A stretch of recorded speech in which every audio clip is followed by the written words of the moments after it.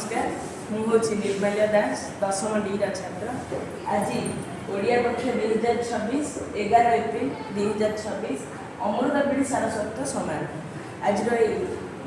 समारोह में मुझे एक गल्प कहूँ। एकदा भीम गोटे युद्ध श्रीकृष्ण को लेकिन जाइए से युद्ध चलला श्रीकृष्ण भीम साथी रही युद्ध सरिया समय बेलू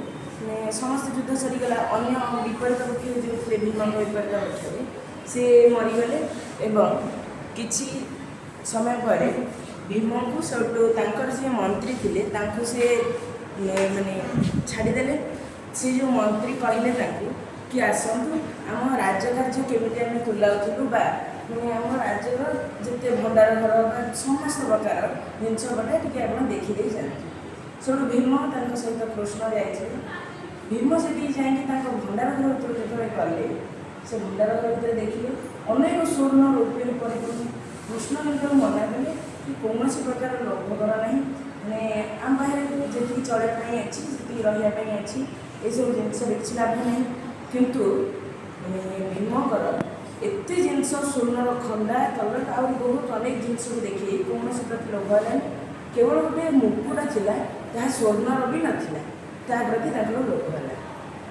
कृष्ण कहले अलग किसी जिनस नि से मुकुट को नि से मुकुट एक राक्षसर थी से राक्षस मरिया पर से मुकुटे भंडार घर पुराणा मुकुट भाया था सेठू कहीं पचार मैंने भीम जेहतु से प्रिय होगला कृष्ण जिते मना करा सत्वे से लुचे से मुकुटा को आने भीमकर परवर्ती समय पुत्र होती परीक्षित महाराज शेष वंशज परीक्षित महाराज कौन कले थे मंत्री सहित भंडार घर को जाइए सेठा गला भीम से जो मुकुट को आनी साइड रखी सी से मुकुट को देखिए प्रभावित होगा यहाँ मुझे कहूँ कलिजुग आरंभ आउ जो द्वापर जुग शेषर बात सब कली पशुचे धीरे धीरे गला मैंने से मुकुट को देखिए लोभ है से मुकुट को आनिकी से पिंधिया क्षणी परीक्षित महाराज के आमिष ग्रहण करते नहीं आदौ खराब राजा नहीं कौन बदगुण ना तथापि से कहले कि चल आम मैंने हरिण मारे को जा मृग उपलक्षे जाटा मंत्री सहित सैन्य मंडल सहित गले जाओ जाओ जाओ जाओ जाओ जाओ गोटे सब एमती गोटे जगह आसी पहुँचला बहुत जोर शोष गला कले धीरे धीरे बसी शोष करा पाखे गोटे आश्रम थी सेठी जड़े ऋषि रही ऋषि आश्रम से शिष्य मैंने भी थे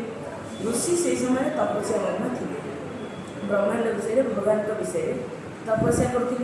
से समय से सब ऋषि नहीं मैंने अत्यंत दुर्व्यवहार करके जल मांगे पीवाई जल मांगे ऋषि तो ध्यान मग्न अच्छा ऋषि को किसी जना पड़नी कि पा मांगुं कि कौन कर ऋषि ध्यान में बस ये सब रागी जाकि गोटे मल्ला साप से पड़ता किसी दिन पूर्व से सापटी मरी से साप को आनिक बेकर बुड़े पलैले ऋषि भी जापारे ऋषि ध्यान में बस से राजा पुणी पलैले ढाल पा पीले पलैले ऋषि पुत्र तार किसी समय पर आसिकी देखिले जे पिता माने गलार एक साप अच्छी ये कथा देखिए से बहुत क्रोधित हो गले एवं क्रोधर अभिशाप देले कि जो व्यक्ति मो पिता बेकर ये साप पकई से